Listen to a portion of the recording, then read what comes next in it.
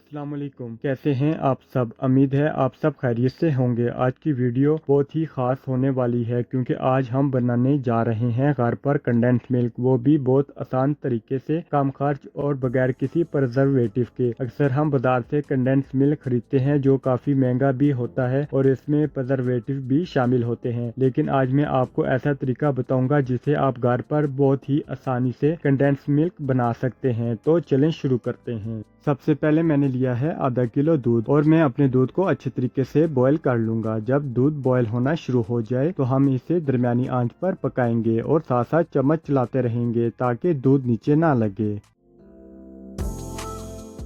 मेरा दूध अच्छे से बॉयल हो चुका है। अब मैं इसे हल्की आंच पर पकाऊंगा और साथ साथ मसलसल चम्मच चलाता रहूंगा ताकि हमारा दूध नीचे ना लगे और जलने से महफूज रहे। ये स्टेप बहुत खास है क्योंकि अगर आप चम्मच नहीं चलाएंगे तो दूध पैन के साथ नीचे लग सकता है और इसका जायका भी खराब हो सकता है। और एक और अहम बात, मैं अपने दूध को हल्की आंच पर ही पकाऊंगा। अगर हम दूध को तेज आंच पर पकाएंगे तो दूध जल्दी खुश्क हो जाएगा लेकिन सही तरीके से गाढ़ा नहीं होगा और इसका टेक्सचर भी खराब हो सकता है। तो इसलिए मैं अपनी दूध को हल्की आंच पर पकाऊंगा।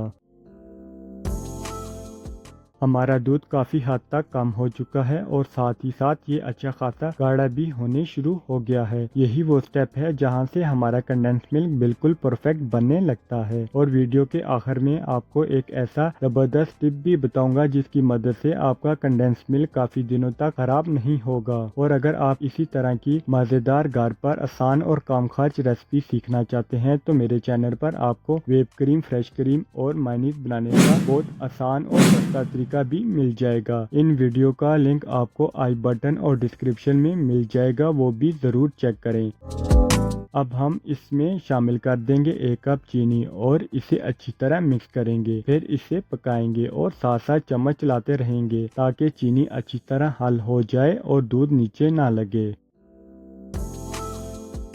तकरीबन 15 से 20 मिनट पकाने के बाद हमारा 500 ml दूध कम होकर तकरीबन 300 ml रह जाएगा और ये वो परफेक्ट कंडेंस मिल्क है जो हमें चाहिए। अब मैं आपको एक छोटा सा सीक्रेट टिप देता हूँ। हम इसमें डालेंगे 1 चुटकी सोडा पाउडर। इसका फायदा ये होगा, कंडेंस मिल्क का टेक्सचर बहुत स्मूथ रहता है, मलाई अलग नहीं होती और ये कुछ दिन तक ज्यादा बेहतर हालत में रहता है। लेकिन याद रखें, सोडा ज्यादा ना डालें, सिर्फ 1 चुटकी ही काफी है। अब इसे थोड़ा सा मिक्स करें और चूल्हा बंद कर दें। और लीजिए, हमारे घर का बना हुआ कंडेंस मिल्क बिल्कुल तैयार है। जब ये ठंडा होगा तो और भी गाढ़ा हो जाएगा, तो परेशान ना हो अगर गर्म हालत में थोड़ा सा पतला लगे। चाहे चाय में, कॉफी में, खीर, डेजर्ट या केक में, या बच्चों के लिए मीठे ड्रिंक्स में, यकीन माने एक बार आप ये घर पर बना लें तो बाजार वाला कंडेंस मिल्क लेना भूल जाएंगे। अगर आपको ये आसान और कम खर्च रेसिपी पसंद आई हो तो वीडियो को लाइक जरूर करें और चैनल को सब्सक्राइब करना मत भूलें, क्योंकि यहाँ आपको मिलेगी रोजमर्रा की मजेदार, आसान और झटपट बनने वाली रेसिपीज। मिलते हैं अगली वीडियो में। अल्लाह हाफिज।